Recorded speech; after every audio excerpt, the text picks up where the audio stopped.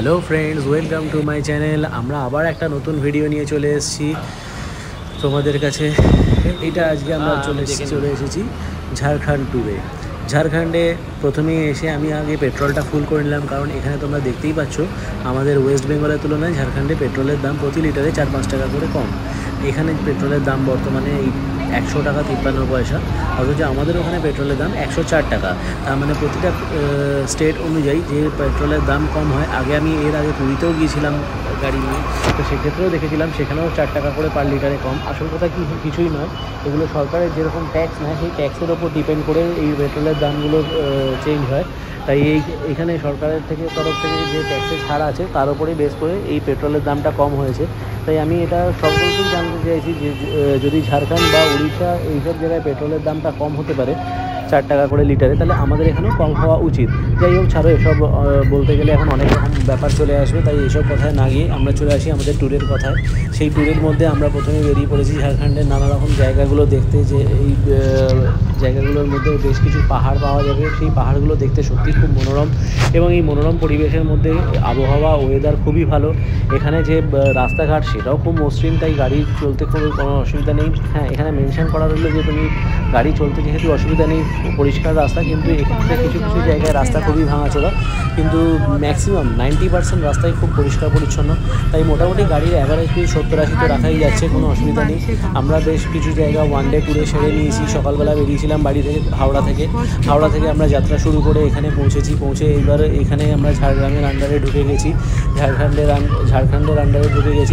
আন্ডারে ঢুকে আমরা প্রথমেই চলেছি এই দেওঘরের উদ্দেশ্যে যেতে যেতে আমরা বেশ কিছু পাহাড় পর্বত সাইড সিনগুলো সেরে নেব। আসল কথা, দেওঘরের উদ্দেশ্যে আমরা বাবাধামের উদ্দেশ্যে রওনা তো দিয়েছি ঠিক কথাই, কিন্তু আমরা একটা কথা পরে জানতে পারলাম যে ওখানে ফটোশ্যুট করতে দেয় না। তাই দুঃখিত, আমরা তোমাদেরকে ওই দেওঘর মন্দিরের কোনো ভিডিও দেখাতে পারছি না। তাই আশেপাশের এখন এই যে পাহাড়গুলো যাতায়াতের পথে পড়ছে সেই ভিডিওগুলো তোমাদের সাথে খুব ভালো করে শেয়ার করতে চেয়েছি।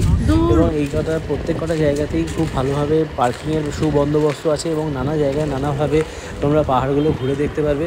তবে একটা কথা এখানে বলবো যে এখানে পার্কিং চার্জেসটা খুব বেশি।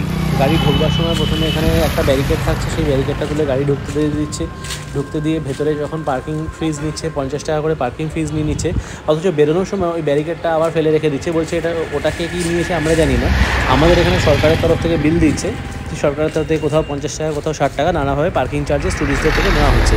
তবে আমি এটা বলতে চাই যে ওদের ওখানে সরকারের এটা দেখা উচিত যে একই জায়গায় গাড়ি রাখার জন্য দুবার করে পার্কিং ফিস দিতে হচ্ছে। কেন এটা হবে? এটা তো হওয়া উচিত নয়, এটা টুরিস্টদের থেকে লুটে নেওয়া হচ্ছে। যাই হোক, সেক্ষেত্রে ওদের ম্যানেজমেন্ট এটা বুঝে নেবে হয়তো। আশা করি এই ভিডিওটা তারা দেখছে, বা কেউ একজন এইভাবে ভাইরাল হতে হতে একদিন একটা জায়গায় পৌঁছবে যেখানে সবাই জানতে পারবে যে এইভাবে টুরিস্টদের থেকে অন্যায়ভাবে পার্কিং ফিজটা কালেক্ট করা হচ্ছে।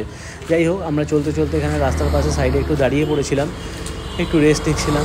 আশেপাশের সিনারিগুলো তোমাদের কাছে শেয়ার করছি, দেখিয়ে দিচ্ছি যে কীরকম কী সুন্দর সুন্দর ভিডিওগুলো রয়েছে। এই দেখো দূরে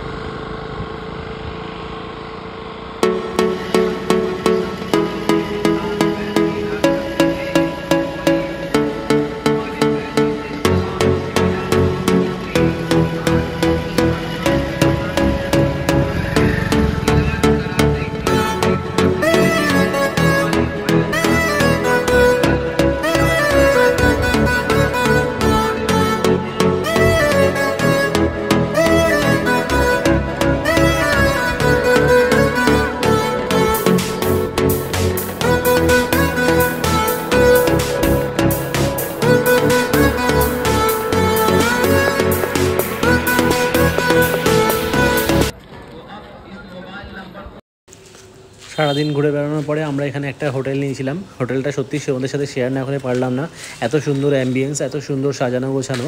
এই দেখো এসি লাগানো রয়েছে, পাখা সুন্দর লাগানো রয়েছে, ওপরে ফলস সিলিং করা আছে, অসাধারণ ফলস সিলিংয়ের কারুকাজ, এলইডি লাইটের কারুকাজ। এখানে এলইডি টিভি দেওয়া আছে, তারপরে এখানে ওয়াইফাই ফ্রি আছে, সেট টপ বক্স দেওয়া আছে, এখানে একটা ছোট্ট কাবার্ড দেওয়া আছে, এখানে হ্যাঙ্গার দেওয়া আছে, সব কিছু। ঘরটা একদম নিট অ্যান্ড ক্লিন, যেন একটা 5 স্টার হোটেলের মতো। কিন্তু এখানে এই সুবিধা হলো যে এর রেটটা একটু আমরা রিজনেবল রেটে পেয়েছিলাম। তাছাড়া যাই হোক, তোমাদেরকে বাথরুমটা শেয়ার করে দিই। বাথরুমটা এখানে একটা কাবার্ড রয়েছে যেখানে তোমরা জিনিসপত্র রাখতে পারবে, এখানে একটা টি টেবিল রয়েছে যেখানে তোমরা খেতে পারবে, এবং কাবার্ডটা যথেষ্ট বড়। যাই হোক, তোমাদেরকে এবার এর সাথে সাথে এখানে একটা চেয়ার পেয়ে যাচ্ছ, টি টেবিল পেয়ে যাচ্ছ, এর সাথে তোমাদেরকে এখানে একটা ডাস্টবিন দিচ্ছে, আয়না দিচ্ছে, এখানে জলের জগ রাখা রয়েছে। এরপরে তোমাদেরকে শেয়ার করে দেবো বাথরুমটাও। ওয়াশরুমটা খুবই গুরুত্বপূর্ণ, ওয়াশরুমটাও খুব পরিষ্কার পরিচ্ছন্ন, বেসিন, আয়না, পুরো টাইলস লাগানো রয়েছে, এই একটা কমোড রয়েছে, তাছাড়া ওখানে গিজার রয়েছে, সব কিছুই রয়েছে। এবং এই এত সুন্দর হোটেলটা আমরা পেয়ে গেছিলাম মাত্র 3,500 টাকার বিনিময়ে। যাই হোক, এত সুন্দর সুন্দর নানা রকম ঘোরা বেড়ানোর ভিডিও পেতে আমার চ্যানেলটাকে তোমরা সাবস্ক্রাইব করে দিও, প্রচুর পরিমাণে লাইক করো এবং আরও শেয়ার করো, যাতে আমি আরও এনার্জি পাই তোমাদের সাথে এরকম সুন্দর সুন্দর আরও নতুন নতুন ভিডিও তুলে ধরার জন্য। আমি আরও নতুন নতুন ভিডিও তোমাদের সাথে তুলে ধরবো, তার জন্য আমার চ্যানেলটাকে প্রচুর পরিমাণে সাবস্ক্রাইব করে দাও, লাইক করে দাও। By friends.